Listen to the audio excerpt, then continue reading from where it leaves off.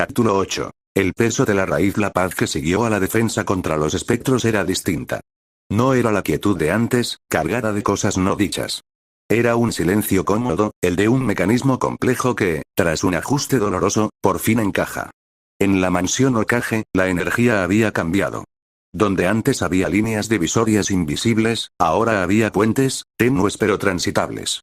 Akira pasaba menos tiempo en su laboratorio y más en la sala común, discutiendo con Sora no solo sobre teoría chakrática, sino sobre las implicaciones del modelo de resonancia del nexo en la seguridad perimetral de la aldea. Sus diagramas ahora incluían no solo las variables de Naruto, sino también los puntos de anclaje que representaban a Minato y Kushina, etiquetados como nodo de estabilidad alfa, padre, y nodo de estabilidad beta, madre. Eran términos fríos, pero el hecho de incluirlos en sus cálculos era, en su lenguaje, un acto de profunda aceptación. Sora, por su parte, había desarrollado una nueva habilidad que ella llamaba visión del caos. No era un jutsu, sino una afinación extrema de sus sentidos de selladora, permitiéndole percibir las corrientes de energía espiritual y desorden. Ya no veía a Naruto como un borrón amenazante, sino como un caleidoscopio viviente, cuyos patrones, aunque caóticos, comenzaban a tener una lógica recursiva que ella podía, si no predecir, al menos anticipar. A veces, le indicaba a Naruto que ajustara la presión en ciertos puntos de su chakra, no para controlarlo, sino para optimizar el flujo de su triángulo interno, como un fontanero espiritual. Minato y Kushina, liberados del peso paralizante de la culpa, actuaban. Minato revisó personalmente y clasificó como S-Rank secreto todos los documentos relacionados con el incidente de los espectros y la naturaleza de nexo de Naruto. Luego, hizo algo más radical. Asignó a un equipo de Anbu de élite, no para vigilar a Naruto, sino para proteger los límites espirituales de Konoha, basándose en el modelo predictivo de Akira. Eran guardianes contra amenazas que la mayoría de los shinobis ni siquiera sabían que existían. Kushina comenzó a desenterrar los archivos más oscuros y olvidados de Ufusio, aquellos que trataban no de técnicas de sellado poderosas, sino de folclore espiritual, de tratados con entidades no corpóreas y de rituales de anclaje del alma. Encontró referencias a los Daimon-yo espectros hambrientos, y a algo más. Los Yorishiro, objetos o personas que actúan como puntos de contacto y contención para lo espiritual. Según un texto antiguo, un nexo como Naruto podía, con el entrenamiento adecuado, aprender no solo a ser un faro o un crisol, sino un Yorishiro activo, capaz de atraer, contener y redirigir energías espectrales de manera segura. No era una técnica, era un estado del ser. Significaría convertirte en una especie de imán controlado para fantasmas, le explicó a Naruto una tarde, mostrándole los pergaminos. Es peligroso.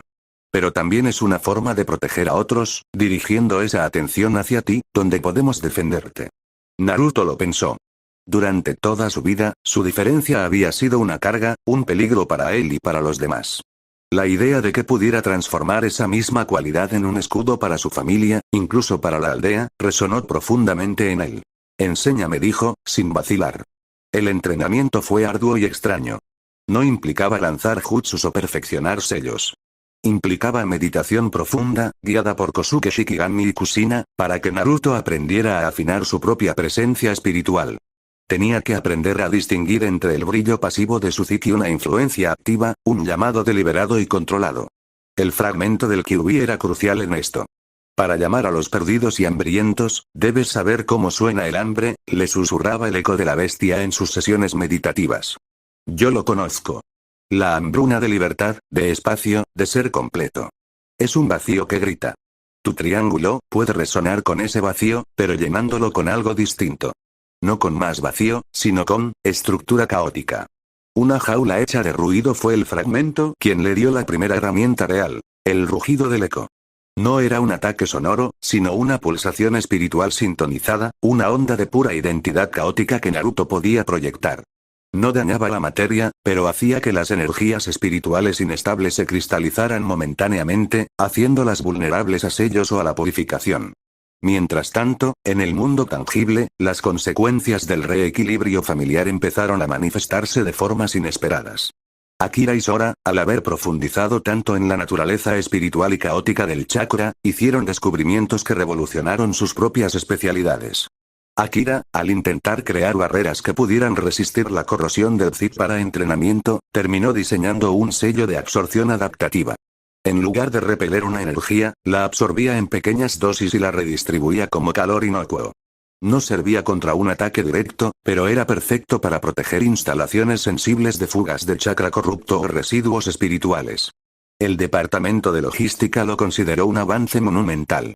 Sora, al observar cómo los hilos espirituales de su familia se entrelazaban, comprendió un principio fundamental de los sellos que antes le eludía: la imperfección simbiótica. Un sello perfecto es rígido y puede romperse bajo una presión para la que no fue diseñado.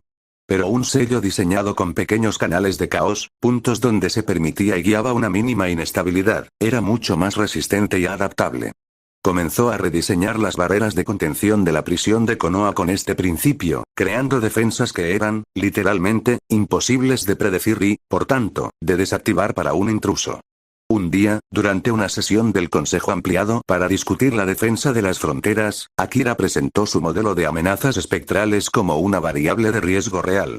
Hubo escepticismo, hasta que Sora, usando su visión del caos, señaló silenciosamente a uno de los ancianos asesores, Omura. Perdón, Omura-sama, dijo con su voz clara, pero hay una tenue acumulación de energía espiritual estancada, de carácter melancólico y culposo, adherida a su hombro izquierdo. No es un espectro hambriento, es más bien un lamento residual. Probablemente de alguien cercano que falleció con remordimientos no resueltos hacia usted. Interfiere levemente con su flujo chácrico en ese brazo, explicando el temblor que intenta disimular.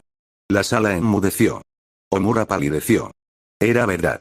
Su hermano menor, muerto en la Segunda Guerra, había tenido una última discusión con él. El temblor era un secreto que ni los médicos ninja habían podido diagnosticar. El respeto, mezclado con un poco de temor, hacia los hermanos Namikaze se disparó. Ya no solo eran los prodigios del Hokage. Eran expertos en un campo nuevo y profundamente inquietante. Sin embargo, el mayor peso de esta nueva dinámica lo sentía Naruto. Ahora era consciente, cada momento, de su naturaleza de faro. Sentía los suspiros del mundo espiritual, los ecos de dolor y hambre lejanos. Aprendió a amortiguar la mayoría, pero era una carga constante. Sus sueños eran ahora un paisaje compartido entre sus propios recuerdos, los fragmentos de memoria del Kyuubi y, a veces, los ecos distorsionados de los espíritus que su presencia atraía sin querer. Una noche, tras un día particularmente agotador de entrenamiento espiritual, tuvo un sueño vívido. No era de bosques infinitos ni de lunas sangrientas.